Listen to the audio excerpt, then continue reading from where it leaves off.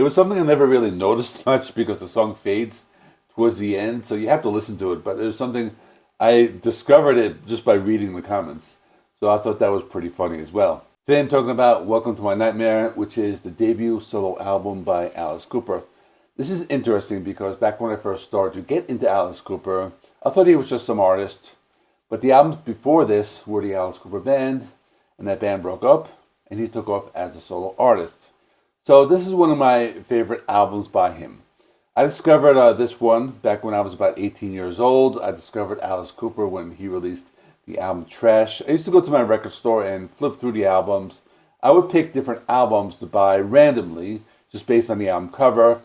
So back then, this was one of the albums that I grabbed. I've always thought it was one of his best albums. So that's what I want to talk about today. The story begins with the Alice Cooper Band breaking up in 1974. He decided to take off as a solo artist, but he wanted to do something different. He wanted to create something that was more theatrical. At the time, he was still under contract with his manager, Shep Gordon, but there was a clause in the contract to let him do a soundtrack album for a different label other than Warner Brothers. So they decided to go to Atlantic Records, which is affiliated with Warner anyway, and decided to begin work on this album. So Alice Cooper got Bob Ezrin to produce the album. They had worked together before. He produced a few of the previous ones. A lot of people who worked on this album actually worked together on their 1973 album, Billion Dollar Babies, and this included Steve Hunter and Dick Wagner. Now, given that this had to be a soundtrack album, they decided to make it a concept album. So the album needed a storyline, and the storyline would later be adapted into a film or television show. The story is about a boy named Steven who is talking about his nightmares. It's an interesting story because the original idea was to make Steven a rock star who later turns into a vampire, and that would have been cheesy. But this story is about a boy having nightmares. They eventually turned it into a TV show called Alice Cooper the Nightmare, then later a midnight movie, and then many years later a sequel. I will discuss all three of those towards the end of this video. The album opens with the title track, Welcome to My Nightmare. It was a moderate hit. It peaked at number 45 on the Billboard Hot 100. The song is showing off his new style as it was kind of this creepy, almost campy horror movie type of song. But the song also mixed elements of disco, jazz, hard rock. So on the one hand, it was this radio-friendly song, but on the other hand, it set the stage for this album. He also recorded this for The Muppet Show, and I remember this very well because many years ago, I used to go to these flea markets, and one time with a vendor, and he has all these different VHS tapes, and one of them was The Muppet Show, so I remember I bought it. So I've seen that episode a few times. After this is the song Devil's Food. It's a pretty cool song. It has that creepy vibe. There's a little bit of psychedelic rock mixed in, but in general, it's more of a hard rock song. And there's a part where Vincent Price does the spoken part. He seems to be some type of expert on spiders. He's giving, I guess it would be a tour. He's telling people about the Black Widow, all the characteristics, how the female kills the male after it consummates the marriage. It's a really cool section. So Vincent Price really fits well on this album, and supposedly Michael Jackson was inspired by this.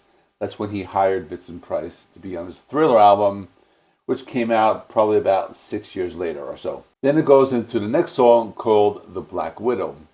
And I mean, these two songs could have been one long song, but it has that retro rock vibe with the horror movie sound in the lyrics. Alice is talking about the Black Widow spider, and then towards the end, it goes into more of a theatrical part. So the album really has a great opening 3 tracks. Just really shows what's going on with this album. Now after this, the next few songs are going to change styles the way Alice always does. After this is Some Folks, and stylistically, the music starts to change a little bit. At first it sounds like a cabaret type of song, but Alice does it very well.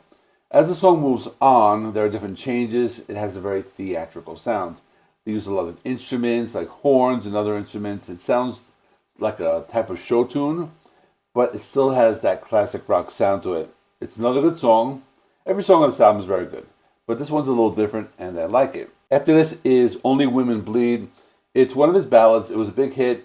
The song is about domestic violence, but from the point of a woman and how she feels living in the situation. A lot of people resonated with these lyrics as domestic violence, which is the male on female type, was very prevalent back then. And it tells about a guy who was an alcoholic and it ties into the story. But it was big back then, and I remember Lita Ford did a cover of it. I believe it was 1990, and it came out on her album called Stiletto. I remember listening to this when I was about 19 years old or so. He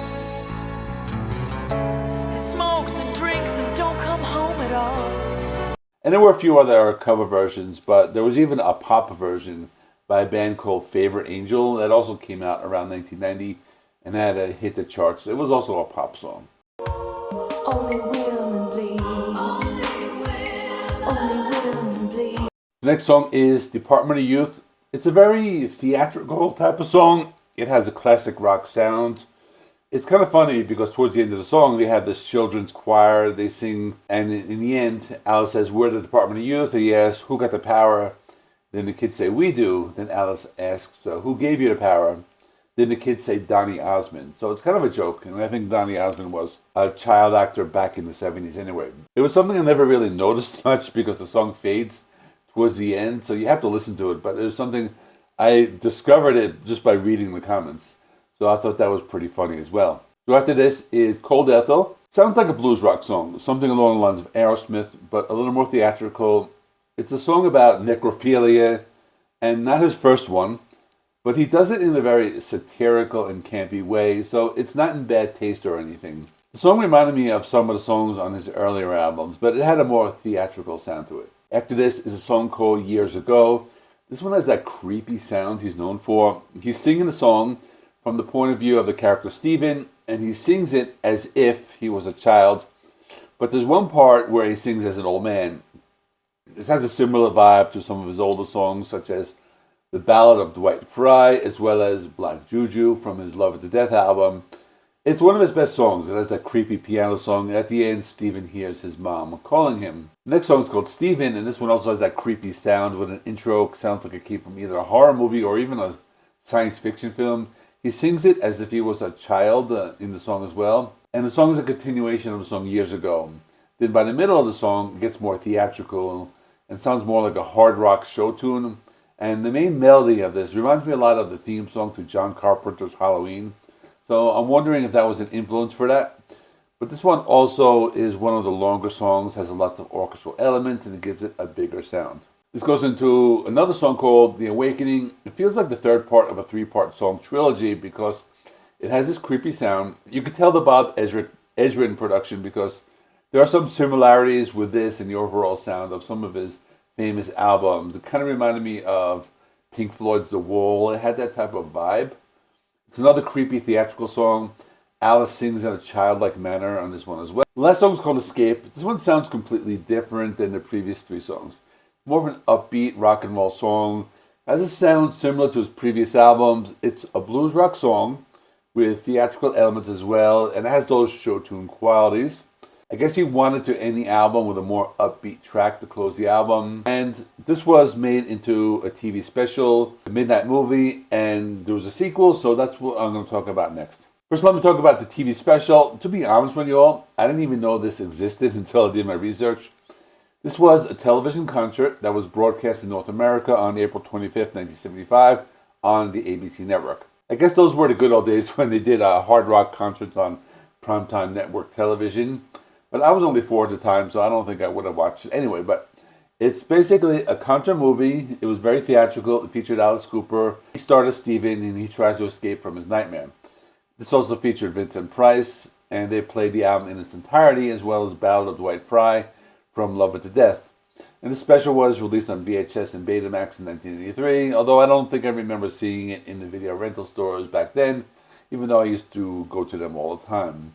And I looked it up on YouTube. I found a playlist that featured many different clips, so I'm not sure if it's a whole TV special, but it's something that's interesting if you want to check it out. Then there's a concert film that was in movie theaters. It was released on November 28, 1975, and that would be 7 months after the TV special aired.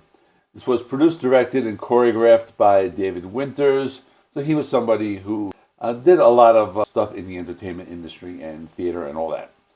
This movie failed at the box office, but it became a cult classic as well as a midnight movie. I was also too young to enjoy midnight movies because I think they stopped doing them when I was old enough to go by myself. But I had heard lots of stories in movie theaters showing movies like the Rocky Horror Picture Show and Pink Floyd's The Wall and all those things. The movie was very theatrical. It was a stage show. They played the entire Nightmare album. In addition to other songs, they played Billion Dollar Babies, I'm 18, School's Out.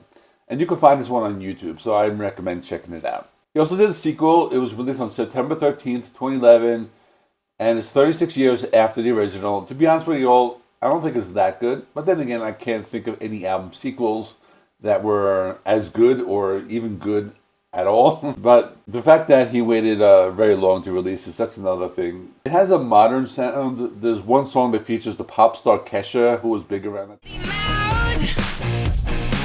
But you got razor blades instead. A lot of guests like John Five, Rob Zombie, and a few members of his previous band, the original band from the 70s. But despite the big lineup, it's not that great, and I usually rank it on the low end of his discography. So after this, he released a follow-up to this album. It's called Alice Cooper Goes to Hell. That was released in 1976. So I did a video on this a few years ago when it celebrated an anniversary. You can watch that next. I'll stick it right there. In the meantime, please give the video a like. Helps me with the YouTube algorithm. Please subscribe if you have not already. I do rock and metal reviews and rankings and more. Thanks for watching. See you in the next one.